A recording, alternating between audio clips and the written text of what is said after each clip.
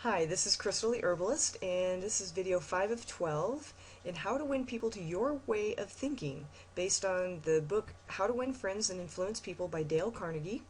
And this chapter's called The Secret of Socrates.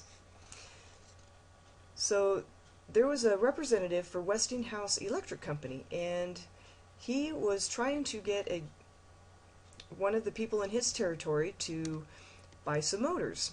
Well, his predecessor had been trying for 10 years to try to get motors out of this person and didn't work. He tried for 3 years and hadn't gotten any sales. Well, he finally got a few motors sold to this gentleman, and if they liked him, they were going to buy several hundred more, and he would let them know in a few weeks. So the few weeks came up, and he gave him a call, and the chief engineer told him that they weren't interested in getting any more.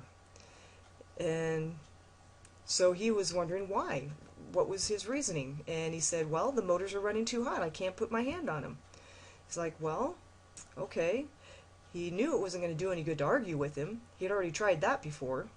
And so he thought about getting a yes response. So he said, well, now look, Mr. Smith, I agree with you 100%. Those motors are running too hot, and you ought not to buy any more of them.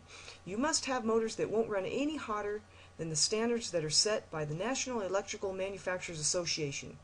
Isn't that so? He's like, yes, I had gotten my first yes. The Electrical Manufacturers Association regulations say that the properly designed motor may have a temperature of 72 degrees Fahrenheit above room temperature. Is that correct? He agreed it was. I'd gotten another yes. But your motors are much hotter. I didn't argue with him. I merely asked, how hot is the mill room? Oh, well, about 75 degrees Fahrenheit. So, if the mill room is 75 degrees, and you add 72 to that, that makes a total of 147 degrees. Wouldn't you scald your hand if you held it under a spigot of hot water at a temperature of 147 degrees Fahrenheit? Again, he had to say yes. Well, I suggested, wouldn't it be a good idea to keep your hands off those motors? Well, I guess you're right, he admitted. And they continued talking for a while, and by the time the conversation was done, he had sold $35,000 worth of business for the ensuing month.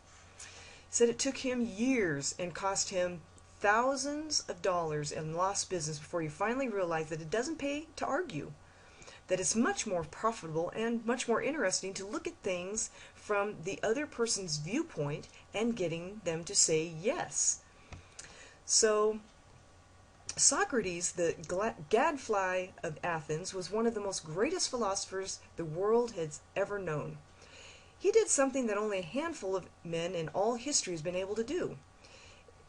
He sharply changed the whole course of human thought, and now, 24 centuries after his death, he is honored as one of the wisest persuaders who ever influenced this wrangling world. His method? Did he tell people they were wrong? Oh, no, not Socrates. He was far too adroit for that. His whole technique, now called the Socratic method, was based on getting a yes response. He asked questions with which his opponent would have to agree.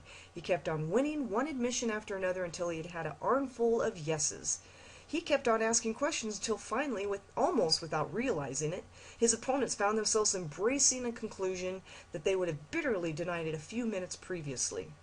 So, the next time you are tempted to tell someone he or she is wrong, let's remember old Socrates and ask a gentle question, a question that will get the yes response.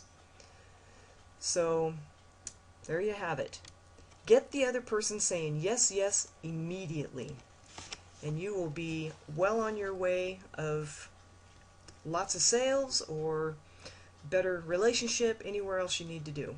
So I hope you gain value from this, and I do hope that you will comment, like, and share. Let me know what you think.